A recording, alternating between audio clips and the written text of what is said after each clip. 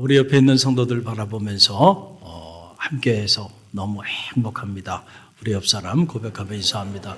함께해서 너무 행복합니다. 할렐루야. 그래요. 저와 여러분 모두가 함께해서 행복한 사람들이 다 되시기를 간절히 바랍니다. 오늘은 기도의 마지막 자리라고 하는 제목을 가지고 잠시 말씀을 우리가 나누기를 원합니다. 20세기 최고의 신학자로 불리우는 칼 발트는 기도는 하나님의 선물입니다 라고 하는 유명한 말을 남겼어요. 기도는 뭐라고요? 하나님의 선물. 저는 이 하나님의 선물을 빼앗기지 마시고요, 이 하나님의 선물을 여러분의 삶의 자리 안에서 마음껏 누리며 사는 성도들이 되시기를 간절히 바랍니다. 오늘 본문에 보게 되면 우리는 10명의 기도자를 만나게 됩니다. 그들의 기도를 통해서 주님이 정말로 기뻐하시는 기도, 그리고 정말 능력 있는 기도가 어떤 기도인가라고 하는 사실을 우리가 함께 잠시 묵상하는 그런 시간을 갖고자 합니다. 기도도 단계가 있어요. 1단계가 있고 2단계가 있고 3단계가 있어요. 우리 갈릴리 교회도 1단계 교육이 있고 2단계 훈련이 있고 3단계 훈련이 있듯이 기도도 단계가 있는데, 오늘 이 10명의 기도자의 기도의 모습을 통해서 그 기도의 3단계의 모습을 우리가 발견하는 그런 은혜의 시간이 되기를 원합니다. 자, 오늘 본문 안으로 들어가 보니까 이 10명의 기도자들, 이 사람들의 삶이 기고했어요. 나병이라고 하는 불치병에 이 10명 다 걸려 죽어가고 있는 그런 상황이었다는 거예요. 여러분, 지금도 나병은 치유할 수 없는 불치의 병인데 당시 이 나병에 걸렸다고 하는 거, 여러분, 삶에 더 이상 그 어떤 희망을 갖기가 어려운 그런 상황이죠. 그리고 특별히 당시의 관습에 의하면 이 나병은 그냥 단순한 질병이 아니고 신의 저주를 받은 그런 질병으로 그렇게 여겨져서 격리 조치를 당해야 했고, 사람들의 눈에 뜨이면 돌에 맞아 죽을 수밖에 없는 그러한 상황에 자리하게 되었습니다. 그런 삶의 자리에 있었던 사람들, 그 사람들의 삶에 무슨 희망이 있었을까? 여러분, 참 생각해 보면 안타깝게 그지없어요. 그런데 오늘 말씀을 자세히 읽고 또 읽어보면 그런 상황에서도 놀랍게도 그들은 자신의 인생의 문제를 가지고 주님께 나와 목 놓아 소리치며 기도했다는 거예요. 참 이 대목이 놀라워요. 그리고 감동으로 밀려와요. 여러분, 기도는요, 우리 안에 무슨 에너지가 있어야 기도하잖아요. 그렇잖아요. 무엇보다 자녀에 대한 희망이 됐든, 내 인생에 대한 희망이 됐든, 아니면 내 가정에 대한 희망이든, 나라와 민족에 대한 희망이든, 교회에 대한 희망이든, 희망이 있어야 기도할 텐데, 이런 정도의 삶의 자리에 처해지면 기도할 힘도 없는 거 아닐까요? 이미 다 끝난 건데. 그런데 놀랍게도요, 이 10명의 나 환자들은요, 자신의 그 기구한 인생의 운명, 그 운명에 무릎을 꿇지 않고 주님이 지나신다는 소리를 듣고요, 마지막 남은 에너지를 다 써가면서 주님께 나와 목 놓아 기도합니다. 여러분, 그 내용이 11절로 13절에 나와요. 우리 함께 읽어봅니다. 예수께서 예루살렘으로 가실 때에 사마리아와 갈릴리 사이로 지나시다가 한 마을에 들어갔으니 나병 환자 10명이 예수를 만나 멀리 서서 소리를 높여 이르되 예수 선생님이여 우리를 불쌍히 여기소서 하거늘. 자, 주님이 지금 사마리아와 갈릴리 사이를 지나서 예루살렘으로 향하던 길에 어느 한 촌, 어느 한 마을에 들리게 됩니다. 그런데 그곳에서 예기치 않게 10명의 나 환자들을 만나게 된 거예요. 그런데 놀랍게도 이 10명의 나 환자들이 주님을 보자마자 그들이 소리를 높이며 우리를 긍휼히 여겨달라고, 우리를 불쌍히 여겨달라고, 그러면서 주님께 자기의 이 질병의 문제를 가지고 나와서 소리쳐 외치며 나아가는 그런 모습이 나와요. 여러분, 우리가 이런 기도를 강청 기도라고 말해요. 한번 따라해보세요. 강청 기도. 강하게 청하는 겁니다. 그냥 조용히 excuse me가 아니에요. please가 아니에요. 강하게 cry out 하면서 말이죠. 크게 울부짖으며 소리치르면서 도와달라는 거죠. 도와달라는 거예요. 그래서 여러분 23절 말씀 우리 다시 한번 읽어봅니다. 함께 읽습니다. 소리를 높여 이르되 예수 선생님이여 우리를 불쌍히 여기소서 하거늘 그랬어요. 소리를 높여서 우리를 불쌍히 여겨달라고 긍휼히 여겨달라고. 여러분 이 나병은 전염병이에요. 그래서 사람들 눈에 뜨이는 곳에 나타나면 당시 돌에 맞아 죽었단 말이에요. 그런데 지금 예수님 주변에 예수님을 따랐던 제자들도 있었을 거고 그리고 그를 따르는 무리들이 있었을 텐데 지금 이 나은 자들이 그것도 한 사람도 아니고 10명이 집단으로 이렇게 강하게 큰 소리를 지르면서 도움을 청한다는 거는요. 이거는 목숨을 건 행동이에요. 사람들이 나은 자들이 10명이나 때가 돼가지고 소리를 지르면서 주님께 나와 도움을 청하는 모습을 보면 얼마나 놀랐겠어요? 돌이 맞아 죽을 수도 있는 상황이에요. 그러니까 이 10명의 나은 자들은요, 지금 어떤 심정이냐면 우리가 사람들에게 돌에 맞아 죽든지 아니면 주님께로부터 취함을 받든지 둘 중에 하나 하잖아요. 자기에게 남은 그 마지막 기력을 여기다 쏟는 겁니다. 여러분 얼마나 놀라운 장면이에요. 주님이 우리를 도와주지 않으면 우리는 죽습니다. 우리 자녀는 죽습니다. 우리 가족은 죽습니다. 우리 교회도 죽습니다. 이 나라와 민족도 죽습니다. 도와달라는 거죠. 여러분 이게 기도예요. 이런 심정, 이런 절박한 심정으로 주님께 나와 기도할 수 있다면 여러분의 기도는 반드시 응답될 줄로 믿습니다. 이게 기도예요. 이게 기도의 1단계입니다. 내 인생의 문제를 가지고요. 좌절하거나 절망하며 불평하고 원망하며 그렇게 자리하는 것이 아니고요. 주님께 희망을 가지고요. 목숨을 걸고 주님의 도우심을 구하는 바로 이 기도가 1단계 기도예요. 이 기도는요. 믿음이 없으면 할 수 없습니다. 기도는 아무나 하는 게 아니에요. 믿음이 있는 사람이 기도합니다. 믿음은 눈에 보이지 않지만은 어느 사람이 믿음이 있는지 없는지는 다 알 수 있어요. 어떻게 알 수 있어요? 기도의 자리를 사모하지 않는 사람은 죄송하지만 믿음이 없는 사람들이야. 그래 기도의 자리를 사모하는 사람들은요. 믿음이 있는 사람들이에요. 아무나 기도의 자리를 사모하고 기도의 자리로 나가는 게 아니에요. 내가 기도할 때에 누구도 해결해 주지 못했지만 내 인생의 이 문제를 반드시 주님이 원하시면 주님이 해결해 주실 수 있을 것이라고 하는 실제하는 믿음, 그 믿음이 살아있는 사람만이 주님께 나가 기도할 수 있는 거예요. 이 지경에서도. 이 환경에서도. 지금 주님께 나가 기도할 수 있는 형편이 아니죠. 그런데도 환경을 초월해서요. 목숨을 걸고 기도의 자리로 나가는 거예요. 이게 기도의 1단계. 그 다음에 기도의 2단계는 그러면은 무엇인가?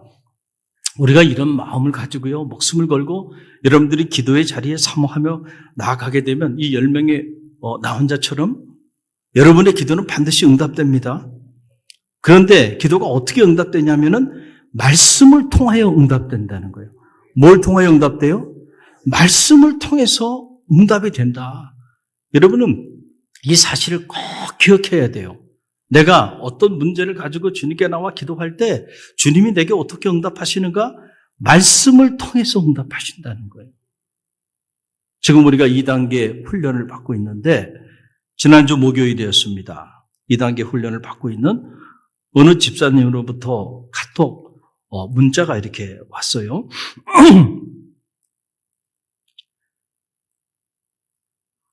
그 내용을 제가 잠시 소개해드리면 이런 내용이에요. 자, 2단계 훈련을 하면서 2단계 훈련 받는 분들도 힘들고 2단계 훈련을 시키고 있는 저도 그 어느 때보다 심적 부담도 있고 참 힘이 든 과정이에요. 그런데 이 문자를 받고 한순간에 모든 피로가 싹 사라져 버리더라고요. 이렇게 문자를 보내셨는데 제가 그대로 읽어드리면 이런 내용이에요. 목사님, 안녕하세요. 오늘 새벽 설교를 들으며 그동안 저의 잘못된 요청만 했던 기도 제목을 반성하게 되었습니다.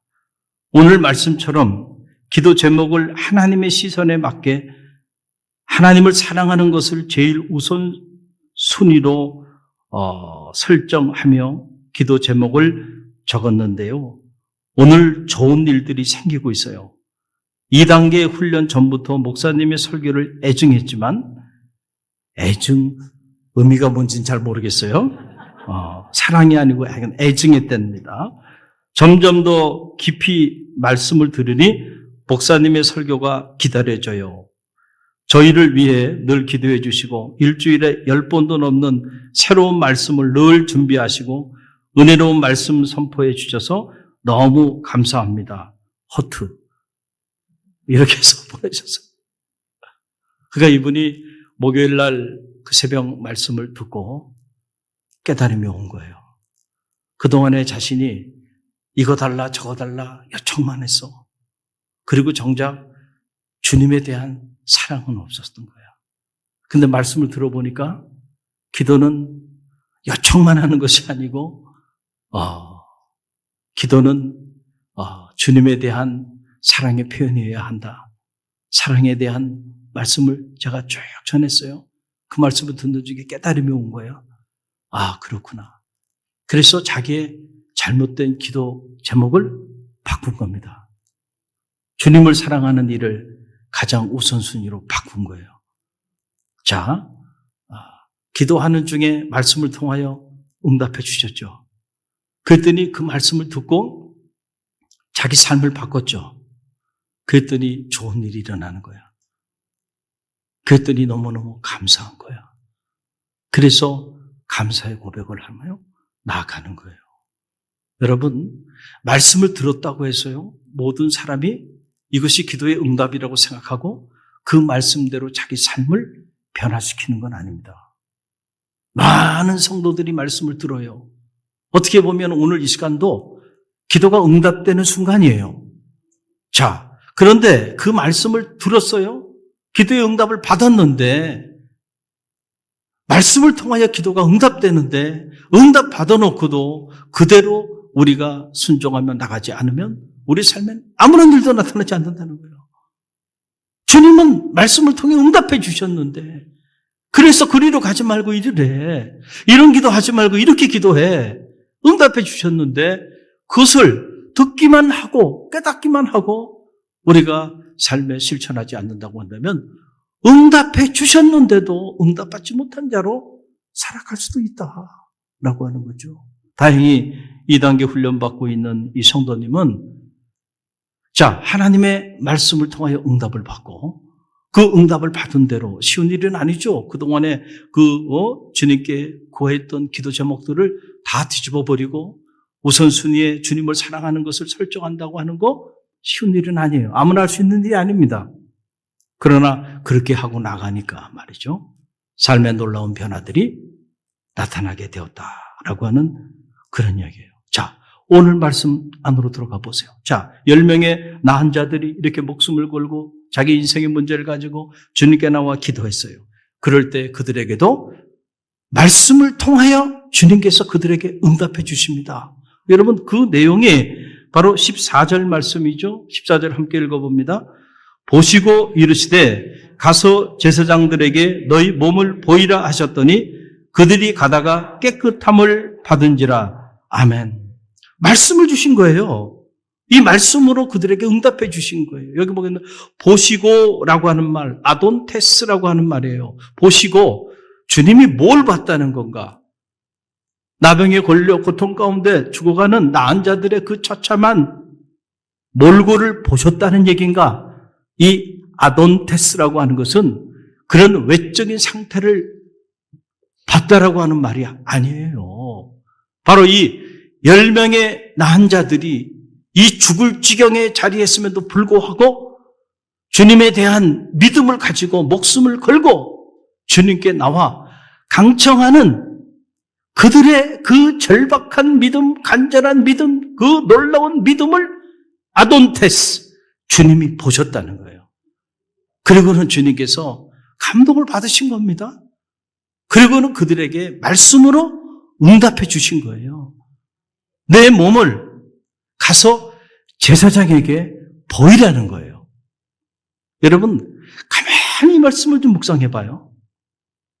여러분이 지금 이 10명의 나은 자의 상황이라고 한다면 주님께서 말씀으로 지금 응답해 주신 이 사건 앞에서 여러분 어떻게 반응할까요?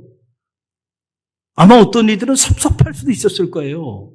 왜냐하면 지금 자기네들은 목숨을 걸고 온 거예요. 그러면은 주님께서 좀 가까이 불러서 안수라도 한번 좀 해주시든지 아니면은 그 좀 한부에 한번 이렇게 터치라도 좀 해주시든지 그냥 멀리 서서 그들이 목숨을 걸고 강청하고 있는데 그냥 말씀만 한마디 한 거예요. 여기 올 필요도 없어. 그냥 가서 제사장에게 내 몸을 보여. 어떻게 보면은 좀 섭섭할 수 있는 대목이에요. 여러분이 어떤 인생의 문제를 가지고 너무 절박한 심정을 가지고 그렇게 금요 성령 집회에 나왔어요. 그래가지고 기도 제목도 내놓고 하는데 이렇게 절박한 문제를 가지고 나왔으면 목사님이 이렇게 개인기도 할 때 좀 올라오라고 그래서 좀 안수기도 좀 해주고 좀 이러면은 될 텐데 목사님이 한 번 와서 안수기도 받으라는 말도 안 하고 안수기도 딱 한 번도 안 해요. 그러면 좀 마음에 서운한 마음이 들어요, 안 들어요? 여러분 들어요. 여러분 들을 것 같아서 저는 예수님처럼 못해요. 그래서 금요 성령 집회 때마다 안수받고 싶은 사람은 다 올라오라 그래요. 그래서 여러분을 다 안수해 줍니다. 그렇게 안수하고 나면 제 온몸에 기가 다 빠져가지고요. 금요일 저녁에 집에 가면요. 그냥 거의 실신 상태가 됩니다. 그래도 제가 정성껏 한 분 한 분 온 기를 다해서 축복해줘요. 근데 안수기도 한 번 안 했네. 예수님이 목숨 걸고 나왔는데 말이에요. 그냥 가라는 거예요. 그리고 한번 생각해 보세요. 당신은 이게 전염병이기 때문에 격리 조치되어 있어야 되는 사람들이에요. 이 사람들이 많은 곳에 나타나게 되면 돌에 맞아 죽는다 그랬잖아요. 그런데 뭔가 깨끗하게 치유함을 받게 하고 난 다음에 그 다음에 제사장에 가서 내 몸을 보여라. 그러면은 문제될 게 없잖아요. 그런데 여전히 그들은 지금 나환자입니다. 이 나병의 질병에 달라진 게 아무것도 없어요. 그런데 그런 상태로 예루살렘에 있는 제사장에게 가서 몸을 보이라 그러면 제사장에게 가서 몸을 보이기 전에 이미 어떻게 될까요? 사람들에게 돌에 맞아 죽죠. 이해가 되시겠어요? 그럼 이런 상황에서 이게 기도의 응답이라고 생각하고 여러분들이 순종하며 돌에 맞아 죽을 줄도 모르고요. 그리고 제사장에게 그 가는 길이 얼마나 예루살렘까지 가야 되는데 말이에요. 그 수많은 사람들을 만나야 되고요. 당시 동굴 속에 격리 조치되어 있어야 되고요. 사람들을 보면 부정하다 스스로 소리를 쳐서 가까이 오지 못하게 하고 가까이 오게 되면은 돌에 맞아 죽는 상황인데 예수님이 그렇게 능력이 있으면 당장 치유해 주시고 깨끗한 몸을 보여주신 다음에 이제 깨끗해졌지? 그러니까 제사장에 가서 내 몸이 깨끗해진 것을 확인받아 그러면서 가라 그랬다고 한다면 달려라도 갔겠죠. 그런데 놀라운 사실은요, 이 10명의 기도자들은요, 이런 상황에서도요, 그 주님의 말씀이 기도의 응답임을 알았던 거예요.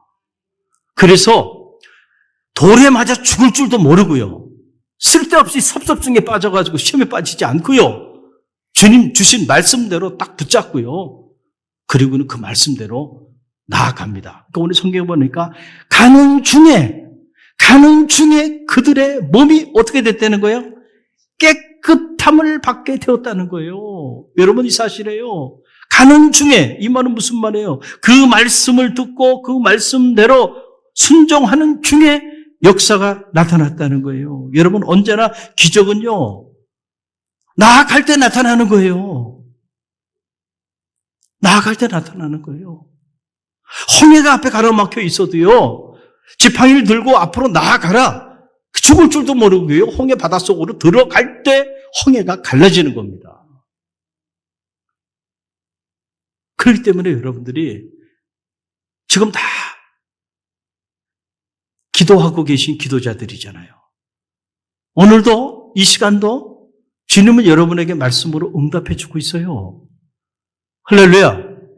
이 응답의 메시지를 들었으면요, 여러분 이성으로 판단하지 말고요, 한번 담백하게 그 말씀대로 한번 나아가 보세요.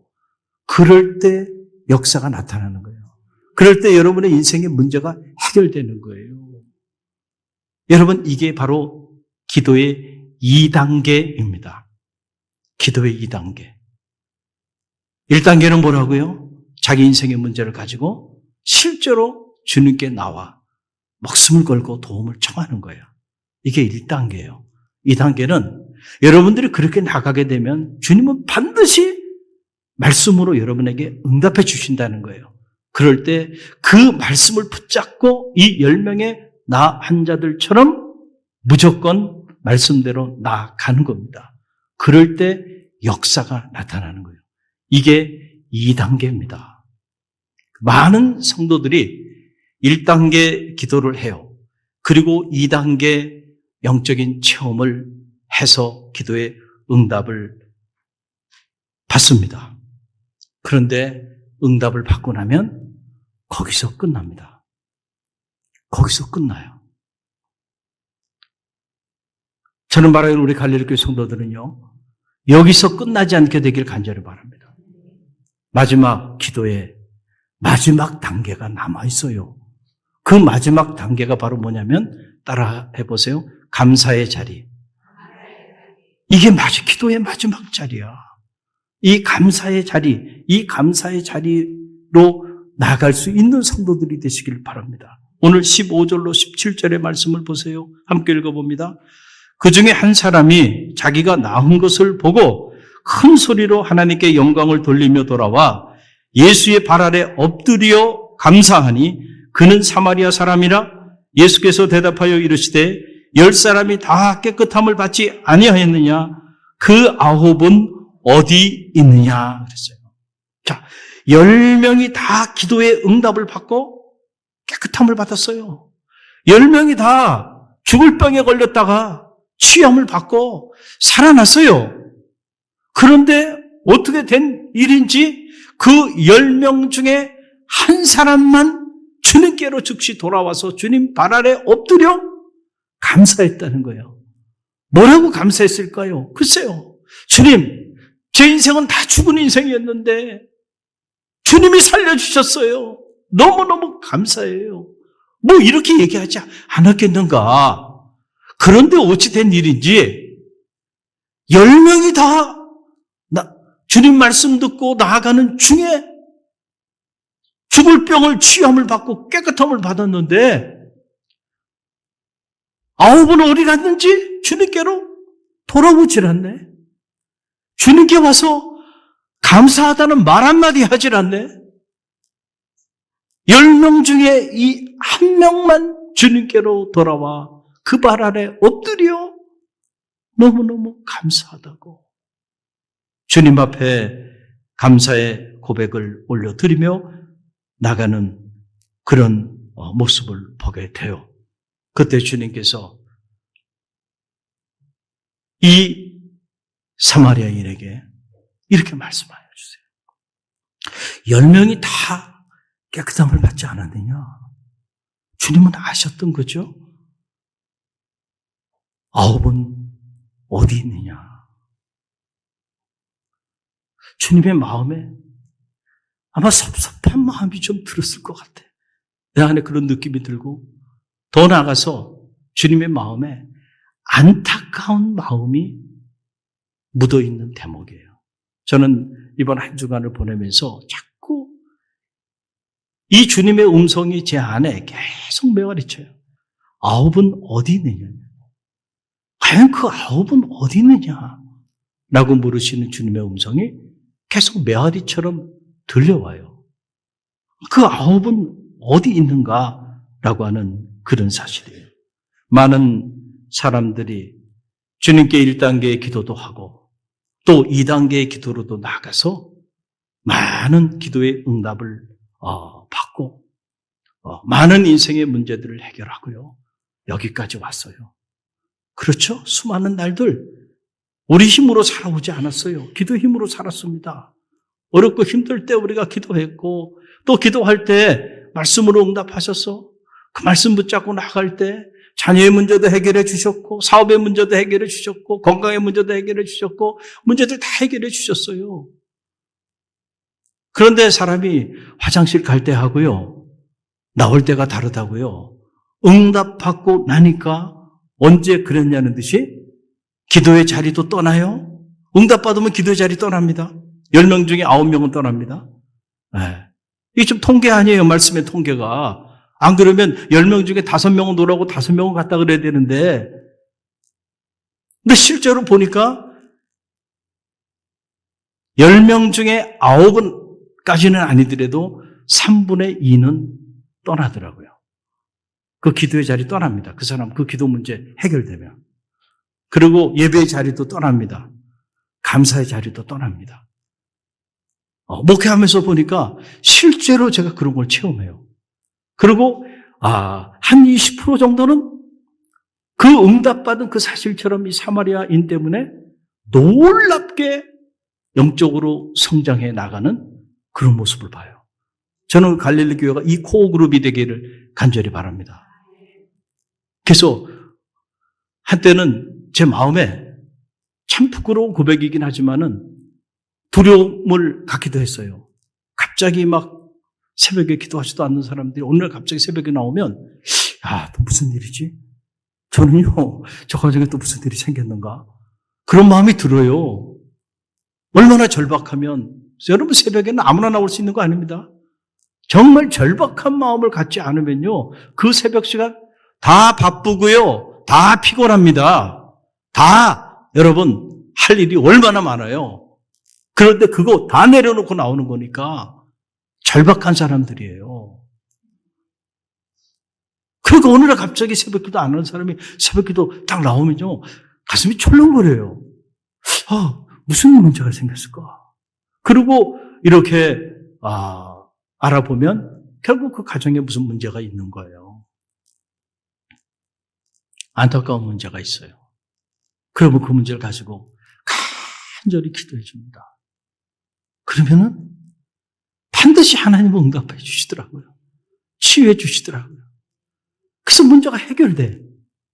그럼 내 생각에는 문제가 해결되면 그러면 더 그 기도의 자리를 사모할 것 같은데 문제가 딱 해결되고 나니까 그때부터는 이제 기도 안 하더라고요. 나올 필요가 없는 거예요, 더 이상. 문제가 다 해결됐는데 3분의 2는 그렇게 돼요. 그러다 보니까 제 안에 어떤 두려움이 있었냐면 한동안에는 그랬어요. 막 그렇게 나와서 새벽 기도하고 막 그럴 때 기도 제목 내놓고 이렇게 하잖아요. 그런데 제 마음에 참 부끄러운 고백이지만 그 성도의 저 기도가 빨리 응답되지 않았으면 좋겠다. 참 못된 목사님이죠. 왜냐하면 저 문제가 저 영혼의 축복인데 저 문제 때문에 저 사람이 기도하는 사람이 됐는데 저 문제 해결해 주면 다시 원점으로 돌아갈 텐데 기도가 습관이 될 때까지는 문제를 해결해 주지 마시고 조금 더 기도의 사람이 될 수 있도록 붙잡아 주세요. 사실은 그런 기도를 한 적도 있어요. 나쁜 목사죠, 어떻게 보면. 인간적으로 보면. 오직하니 그런 기도를 제가 했겠어요. 여러분, 문제가 해결되는 것은 저는 의심하지 않아요. 반드시 해결되고 기도하는 한 하나님은 그 인생을 망가뜨리지 않을 거라고 하는 사실을 저는 100% 확신하니까. 그러니까 이번 기회에 기도의 사람으로 바꿔주세요. 말씀의 사람으로 좀 바꿔주세요. 그래서 문제가 해결돼도 기도의 자리, 말씀의 자리를 떠나지 않는 성도 되게 해달라고 그렇게 기도하는 거예요. 인간적으로 보면 나쁜 사람일 수 있지만 영적으로 보면 그래도 괜찮은 목사인 거예요. 할렐루야. 여러분, 문제가 생겨서 이런저런 문제가 있어서 목사님 제발 기도해 주세요. 우리가 이게 지금 사업의 문제 때문에 어려운 기도해 주세요. 이 일을 추진하는데 이게 정말 잘 돼야 되는데요. 절박한 심정 가지고 중보기도 부탁해요. 그래서 간절함으로 함께 기도해요. 그러다가 문제가 딱 해결되잖아요. 그러면 사람이요, 어떻게 그렇게 생각이 한순간에 딱 바뀌는지 몰라요. 어떻게 바뀌냐면은 이렇게 바뀝니다. 막상 다 시험에 합격하고 뭐 사업의 문제도 해결되고 건강의 문제도 해결되고 딱 해결되고 나면 그때부터 어떻게 바뀌냐면 뭐 어떻게 하다 보니까 해결된 거지. 해결되고 나면 그렇게 바뀌는, 아주 가볍게 바뀌어요, 생각이. 그리고 내가 이렇게 노력해서 열심히 공부해서 내가 또 열심히 이렇게 그동안에 이 분야에서 애를 썼기 때문에 이렇게 길이 열린 거지 뭐. 그리고 심지어는 이렇게 생각하는 분도 있어요. 내가 열심히 기도했으니까 그래서 이 문제 해결한 거지 뭐. 거기까지예요. 거기까지. 이 2단계 거기서 끝납니다. 그 다음으로 넘어가지를 못해요. 기도의 마지막 다리로 가지 못한다는 거예요. 이 10명 중에 지금 9이 지금 2단계까지 간 겁니다. 2단계에서 사라진 거예요. 그리고 이 한 사람만 주님께 나온 거예요. 여러분, 가까이 지내는 제 친구 목사님 교회 이야기예요. 그 교회에는 참 훌륭한 장로님들이 많이 계세요. 제가 그 교회 오래전에 집회를 갔다가 너무너무 큰 감동을 받아서 여러분 아마 기억하지 못할 거예요. 10여 년 전이니까. 저는 잊을 수가 없어요. 대기업의 사장님이세요, 이분이. 저 라스베가스에서 이제 그 쇼가 있고 박람회가 있고 그걸 다 총책임자로 나가 계신데 제가 주일 저녁부터 집회를 인도하는데 첫 집회 저녁 식사 접대는 당신이 해야 된다는 거예요. 그래가지고 스케줄을 다 조율하고요. 비행기 타고 날라온 거예요. 그래가지고 그냥 고기를 당신이 다 구워주고 자기 자가용에 문을 다 열어주고 제가 그렇게 융숭한 대접을 받았어요. 아니 내가 뭐라고 이렇게까지 섬겨주나. 저는 그분이 나중에 어떤 분인지 몰랐는데 나중에 얘기를 들어보니까 대단한 분이더라고요. 보니까 감동이 되는. 그래서 여러분에게도 집에 갔다 와서 제가 간증한 적이 있어요. 아마 다 잊어버렸을 거예요. 10여 년 전 일이니까. 그런데 이 목사님하고 교제하면서 얘기를 하는데 그런 장로님들만 있는 게 아니더라고요. 그 교회. 안타까운 이야기를 하더라고요. 그 어느 장로님이 계신데 그분이 사업을 하다가 그만 부도가 나가지고 길바닥에 나가게 된 거예요. 그러니까 말이죠. 이 장로님이 매일같이 새벽에 나와서 통곡하며 울면서 살려달라고. 그 목사님이 너무너무 안타깝잖아요. 그래서 목사님도 같이 울고 그리고 그냥 간절히 그 장로님 위해서 기도했더니 시간이 지나면서 기적적으로 막혔던 것들이 조금씩 풀리기 시작하더니요. 다시 사업이 회복되기 시작하더니 이전보다 더 하나님이 축복을 해주신 거야. 근데 문제는 또 그때부터 이루어지는 거예요. 그렇게 겸손하게 살려달라고 그렇게 목숨 걸고 새벽을 깨우며 기도했던 분이요. 사업이 막 성장하기 시작하니까요. 기도의 자리 떠나요. 주중 기도 자리, 예배 자리 보이지 않아요. 그러더니 자 주말에도 골프 치러 가고 비즈니스 미팅 있다 그러면서 자꾸 주일 예배를 빼먹기 시작하네. 그러니까 목사님 마음에 덜컹한 거야, 이게 지금. 저러다가 큰일 나는데, 저거.